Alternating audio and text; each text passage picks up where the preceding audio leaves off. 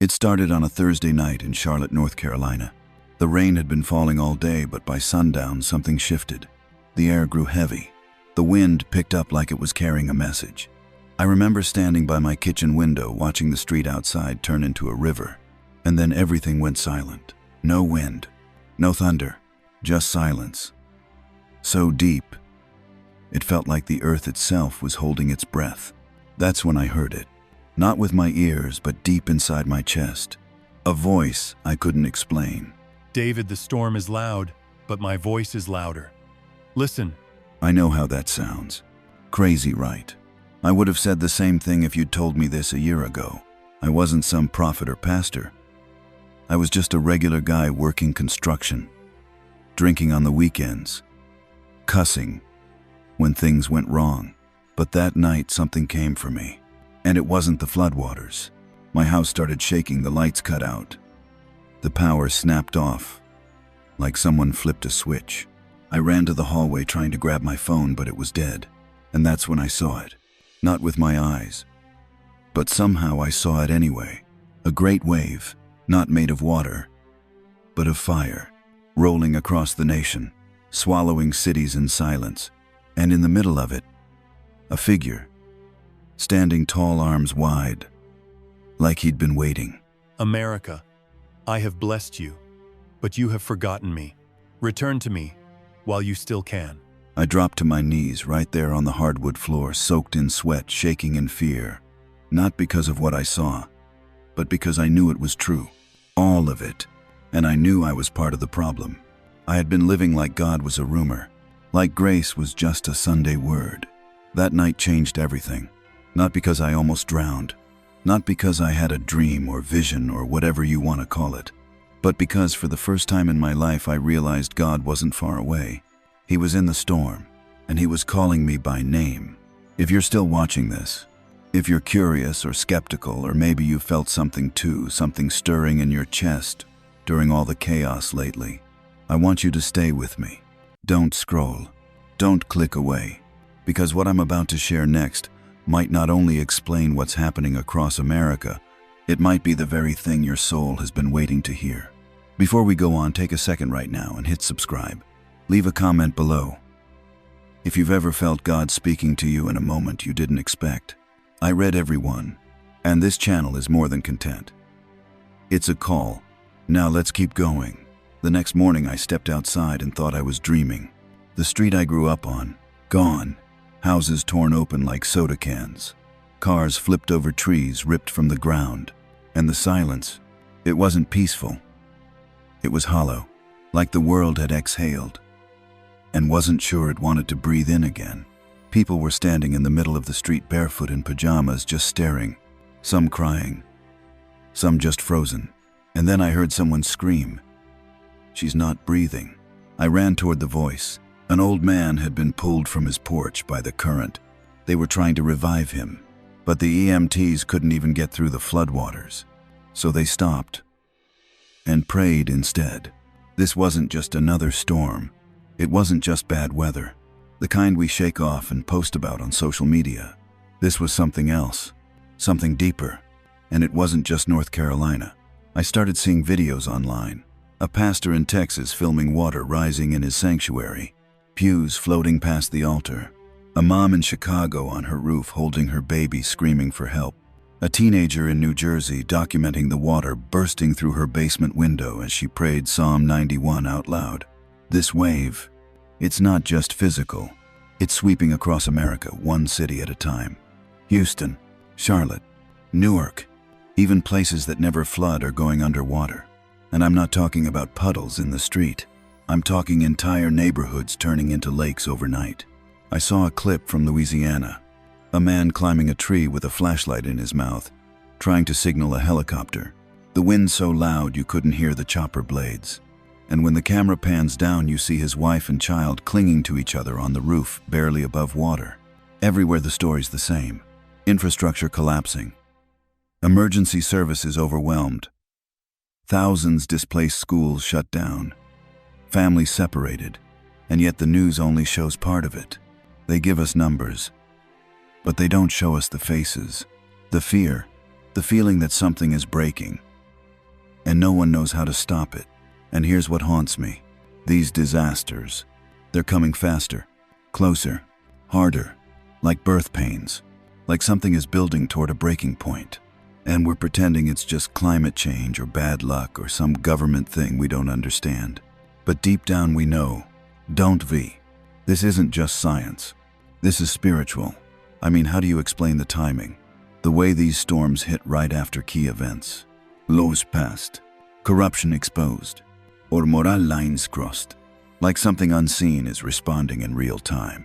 You can call it coincidence if you want, but I've seen too much now. I've felt too much. And I'm telling you, this isn't random. It's precise, targeted, intentional. I saw it with my own eyes. My neighbor 2 doors down, Mike, retired firefighter, tough as nails. I watched him fall to his knees in his driveway holding what was left of his wedding photo. He looked at me and said, "Maybe God's trying to get our attention." Then he just sat there in the mud. This is not just about weather. This is about a nation being shaken, not out of wrath, but out of mercy. Because when a people stop listening to the whisper, sometimes God has to speak through the storm. I will shake what can be shaken, so that what cannot be shaken will remain. If you've been watching the news lately and thinking, why does it feel like everything's falling apart? This is why. And it's not just happening around you. It's happening for you, to wake you up, to open your eyes, to call you back. I don't have all the answers. I'm not a prophet or preacher. I'm a man who saw his life flash before him. Not because of death, but because of truth. And I can't stay silent anymore. There's a pattern, and if it keeps going, if we don't change course, by the end of this summer, we could see half of America underwater. Not just literally, but morally, emotionally, spiritually, drowned in despair and division and darkness. But here's the thing, God's not done with us. Not yet. Not if we listen. Not if we turn.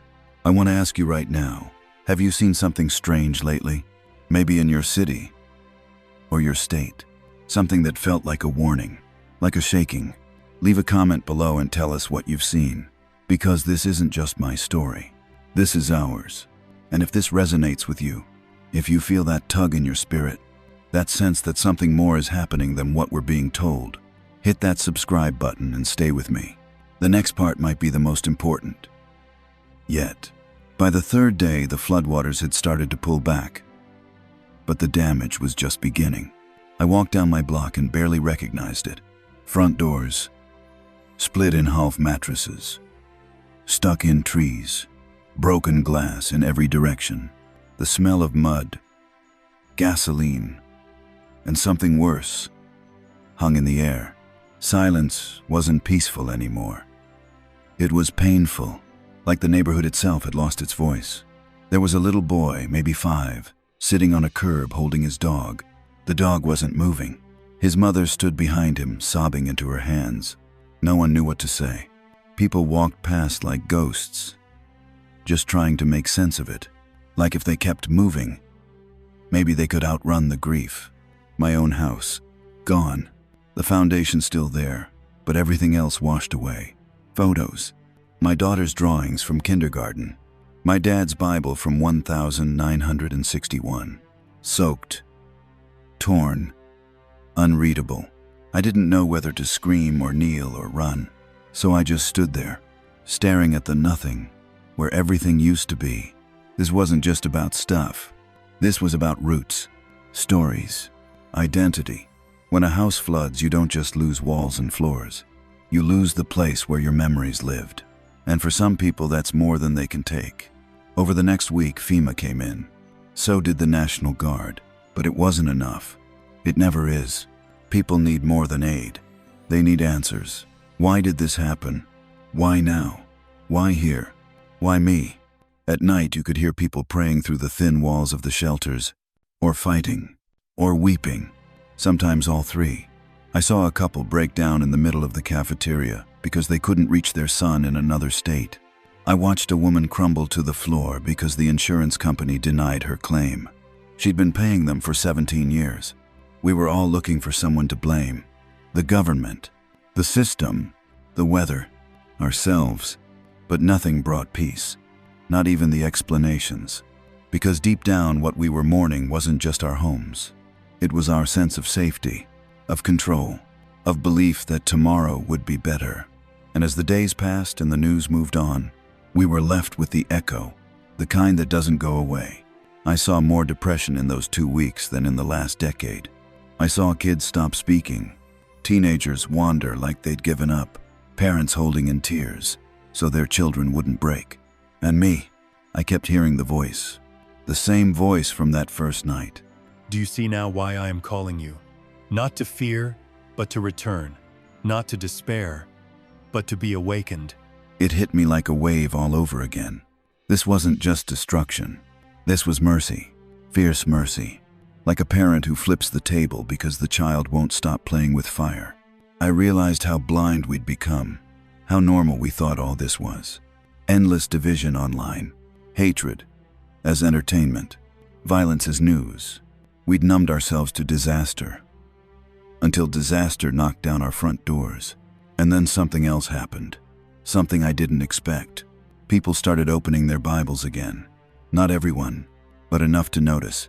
I saw a man reading under a streetlight with mud still on his boots. I saw teens singing worship songs in the hallway of a flooded school. I saw a woman lift her hands in prayer in front of a house reduced to rubble.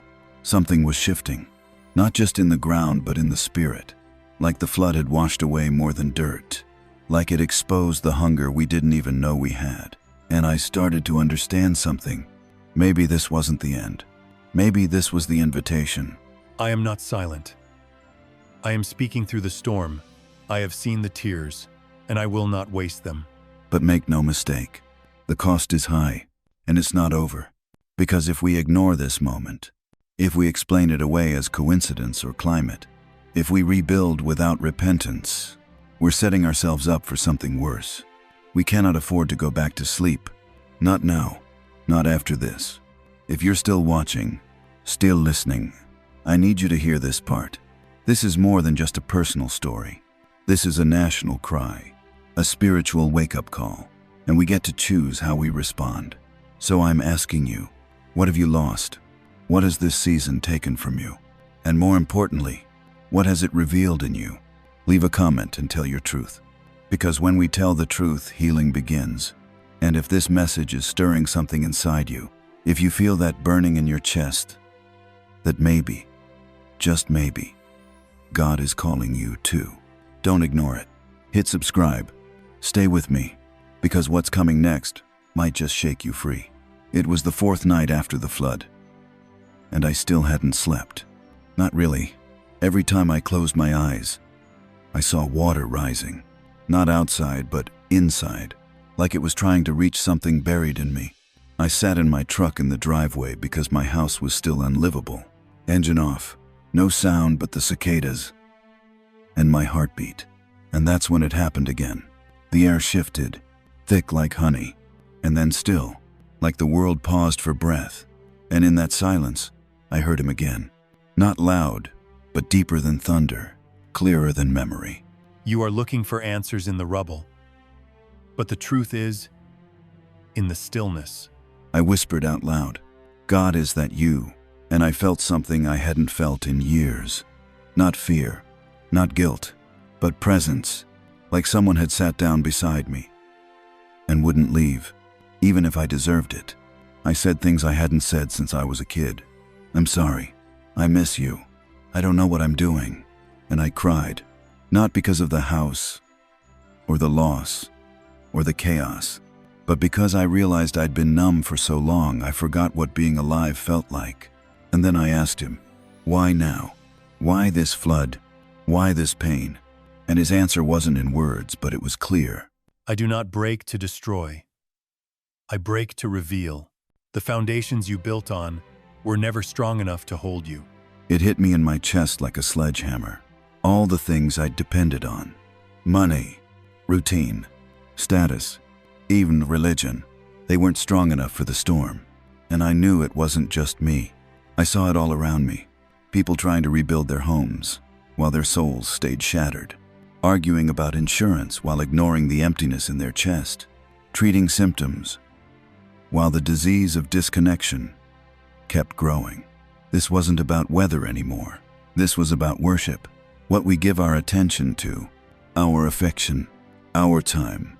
And in America, we've built altars to comfort, to control, to convenience, and called it blessing.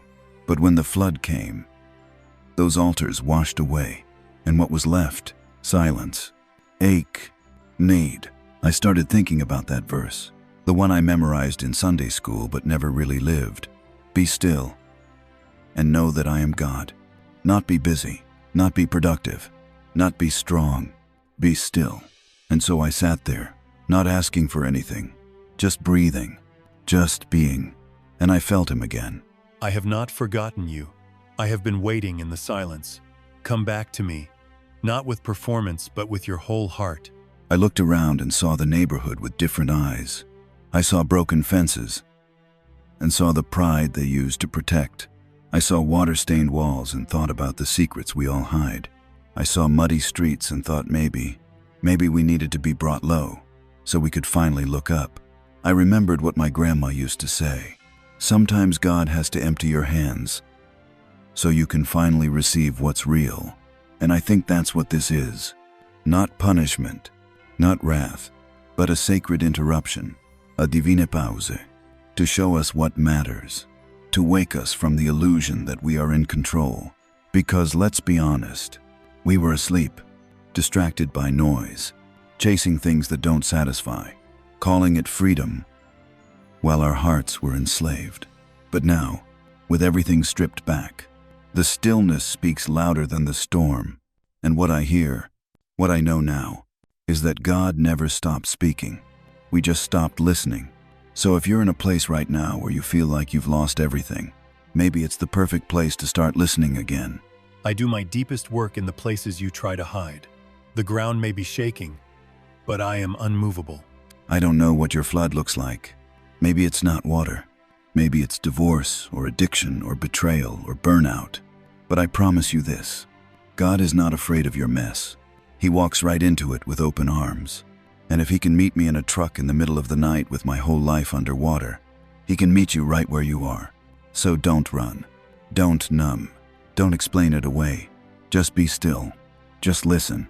And if anything in this is speaking to you, if your heart's been stirred, or your eyes are starting to burn, drop a comment right now and say, I'm listening. Because this isn't just my moment. It could be yours too. And if you haven't yet, hit subscribe so you don't miss what's coming next. Because we're just getting started. And what God showed me after this moment will change how you see everything. After that night, something broke open inside me. Like a curtain got pulled back, and I started seeing everything around me through a different lens. Not just the flood damage or the ruined houses, but the deeper damage, the kind that doesn't show up on the news, the kind that's been spreading for years in silence. I looked at our city, and I saw addiction hiding behind liquor stores on every corner. I saw teenagers walking home from school with headphones in but no hope in their eyes. I saw moms scrolling through Instagram trying to convince themselves they're not failing, and dads so disconnected they barely know their kids' birthdays. I started thinking about what we've normalized. Violence in music, pride in great, sexual confusion sold to children like candy. Entire schools built on the idea that God doesn't exist. Churches packed with people who've forgotten how to kneel. We don't even blush anymore. We entertain ourselves with sin and call it culture. We fund it, share it, defend it, and then wonder why our nation feels cursed. I watched a late-night show make jokes about heaven and hell, like it was just another skit. The audience laughed, but I didn't, because I used to laugh too, until I realized we're laughing our way into darkness. I saw a commercial during the Super Bowl selling pills to change your biology, and people cheered like it was liberation. But I saw chains dressed up like freedom. We have a nation that can't define truth anymore, where boys are told they can be girls, and girls are taught their value is in their bodies, not their souls, where marriage is mocked, fatherhood is erased, and motherhood is undervalued. We teach tolerance but not holiness, We scream about justice while ignoring righteousness.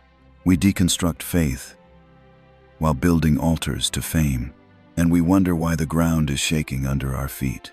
You have called evil good, and good evil. You have exchanged my truth for lies, but my word has not changed. I saw a vision during one of those quiet nights.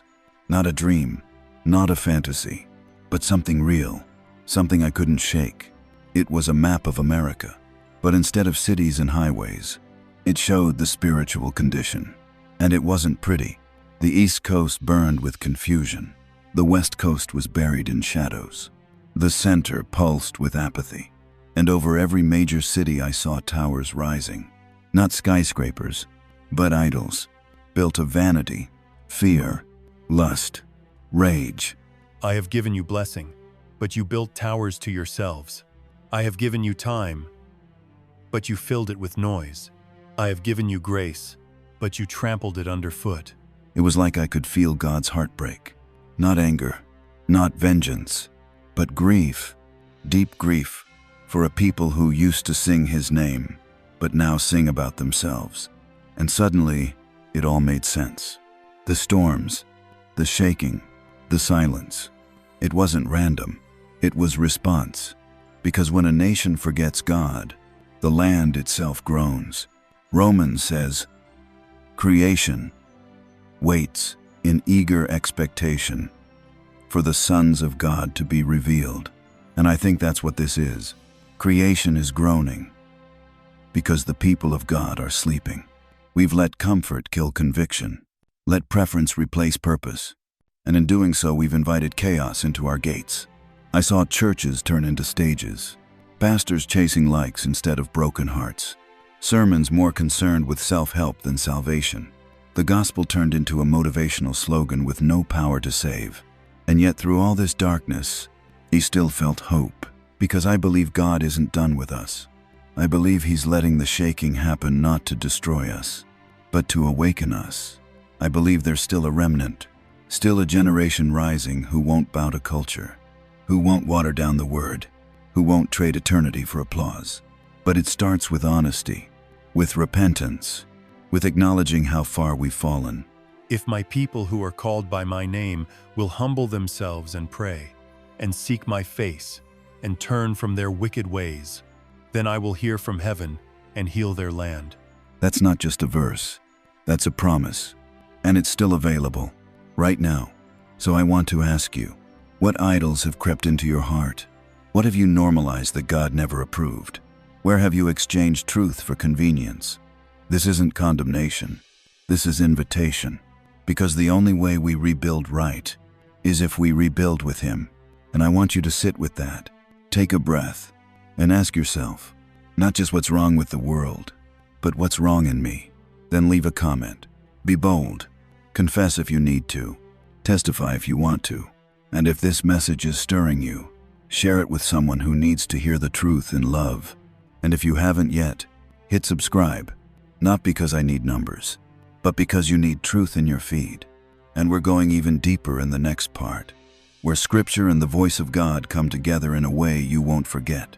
In the days that followed the flood, something started to grow inside me. It wasn't fear anymore. It was hunger. I found myself reaching for the Bible I hadn't touched in years, pages stiff from time, but alive like fire.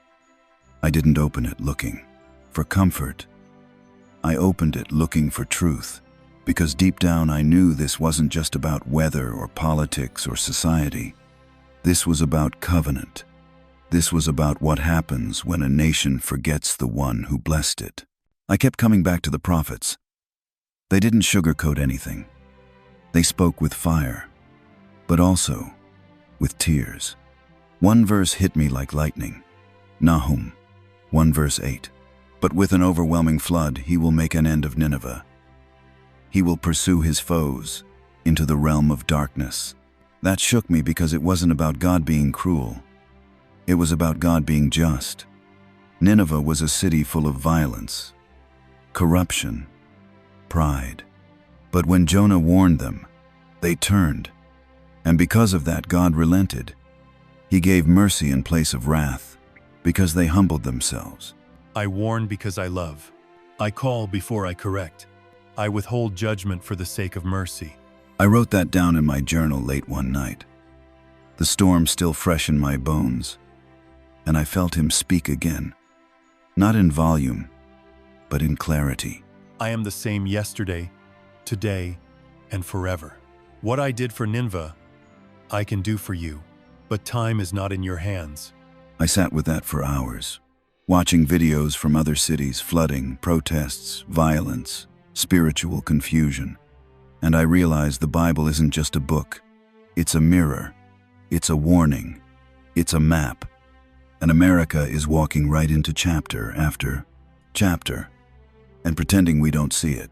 I turned to Jeremiah 18 and read aloud in my living room. If at any time I announce that a nation or kingdom is to be uprooted, torn down, and destroyed, and if that nation repents of its evil, then I will relent and not bring the disaster I had planned. Those words leapt off the page, not just as scripture, but as invitation. Return to me while I may be found. Do not wait until the sky grows dark. The window is open, but it will not stay open forever. I thought about how quick we are. To quote 2 Chronicles 7:14, if my people who are called by my name will humble themselves and pray, but do we live it? Do we really humble ourselves? Or do we scroll past every call to prayer, hoping someone else will respond? This isn't about politics. This isn't about right or left, red or blue. This is about repentance. This is about turning back to the God who made us, before we collapse under the weight of our own pride. America doesn't need more entertainment. We need intercession. We don't need more opinions. We need obedience. We don't need louder voices. We need deeper surrender. The word says, seek the Lord while he may be found. Call upon him while he is near. Let the wicked forsake their ways, and the unrighteous their thoughts. And I believe this is that moment. This is the while he is near moment, and it's not forever. I have been patient. I have been kind, but I will not be mocked forever. Those words aren't threat.